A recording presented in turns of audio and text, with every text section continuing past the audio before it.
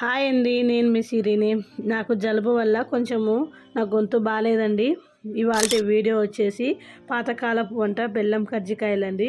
వీటిని చేసుకోవడం చాలా ఈజీ, అలాగే చాలా టేస్టీగా ఉంటాయండి. ఈ పాతకాలంలో చేసుకునే వాళ్ళం కదా, చాలా బలం కూడా. దీనికి కావాల్సిన పదార్థాలు వచ్చేసి తెల్లపప్పులు అంటే పుట్నాల పప్పు 1 కప్పు అండి, 1 కప్పు బెల్లము, 4 యాలక్కాయలు, అలాగే తురుగు పెట్టుకున్నటువంటి కొబ్బరి పొడి అండి, ఎండు కొబ్బరి పొడి. ముందుగా పుట్నాలు యాలకలను మిక్సీ కొట్టుకోవాలి. దాని తర్వాత బెల్లము, తురుము పెట్టుకున్న బెల్లం కూడా 1 కప్పు వేసి ఇలా మొత్తాన్ని అన్నిటినీ మిక్సీ చేసుకొని ఇలా నేను చూపించిన విధంగా అయితే మిక్సీ పట్టుకొని పక్కన పెట్టుకోవాలండి.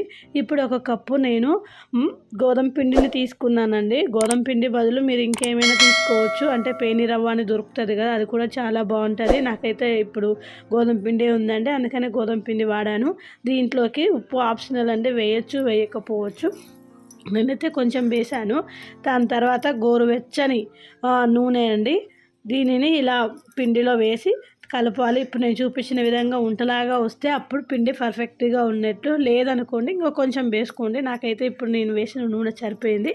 దాని తర్వాత అయితే ఇట్లా కొన్ని వాటర్ వేసుకొని మొత్తము పిండిని అయితే ఇలా సాఫ్ట్గా కలిపి పెట్టుకోవాలండి. దీనిని ఒక 15 నిమిషాలు కలిపి పెట్టుకున్న తర్వాత మూత మూసి పక్కన పెట్టేసుకుందామండి. ఎందుకంటే ఆ పిండి అనేది మంచిగా వస్తేనే నీకు రేకులు ఇట్లా కజ్జికాయ రేకులు అయితే మంచిగా వస్తాయి.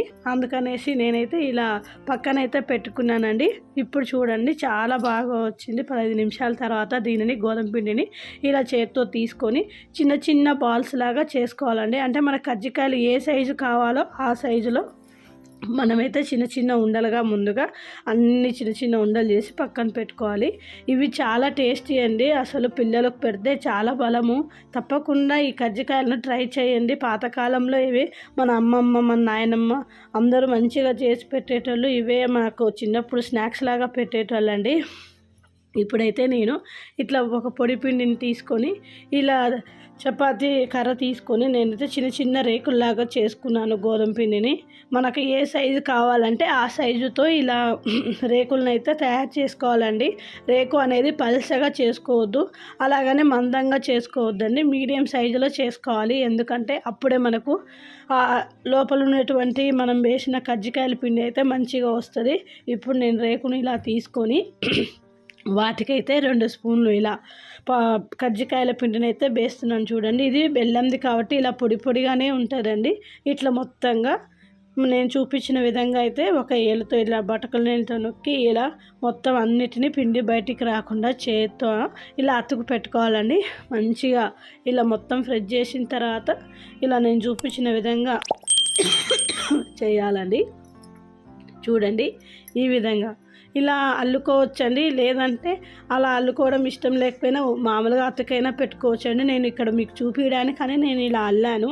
ఇలా అల్లకపోయినా పర్లేదు, మామూలుగా అతక పెట్టుకున్నా బాగుంటుందండి, అది మన ఇష్టం. ఇలా అన్నీ చేసి పెట్టుకున్న తర్వాత ఆయిల్ని అయితే వేడి చేసుకున్న తర్వాత ఇలా నూనె కాగిన తర్వాత కొన్ని అంటే గోళం నిండా కజ్జికాయలు వేయకోకుండా మనం గ్యాప్ ఇచ్చి కొన్ని ఎందుకంటే స్పేస్ ఇచ్చేనే మంచిగా అవి కాలుతాయండి. ఇలా 2 పక్కల దూరగా కాల్చుకొని పక్కన పెట్టుకోవాలండి. అంతేనండి, చాలా ఈజీ. ఇవి బెల్లం కజ్జికాయలు అయితే మనకు బాగా రెడీ అయిపోయి.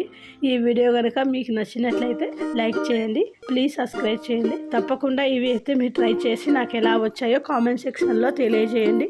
Thank you for watching.